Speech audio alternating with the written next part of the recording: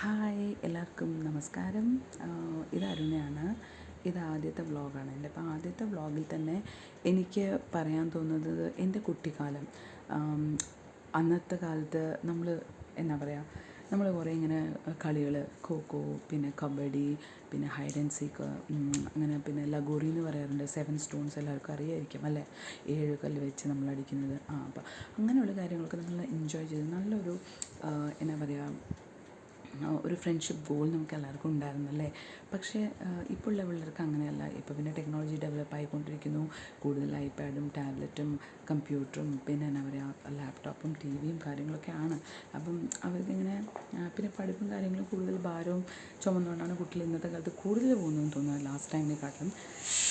ഞാൻ ഇതിൻ്റെ കൂടെ തന്നെ ഉള്ളി അരിഞ്ഞുകൊണ്ടിരിക്കണം. നല്ല കപ്പയും ചമ്മന്തി ഉണ്ടാക്കണം. നല്ല മഴക്കോളുണ്ട്. അപ്പം കപ്പയും ചമ്മന്തി അത് കണ്ടോ, വിസിലിൻ്റെ ശബ്ദം കേൾക്കുന്നുണ്ടല്ലോ. അപ്പോൾ കപ്പയാണ് കുക്കറിൽ.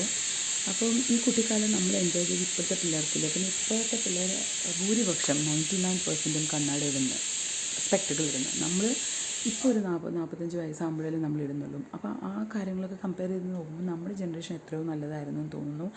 അത്രയേ ഉള്ളൂ. ഇന്നത്തെ ആദ്യത്തെ വ്ളോഗാണ്. എല്ലാവരും ലൈക്ക് ചെയ്യണം, സബ്സ്ക്രൈബ് ചെയ്യണം.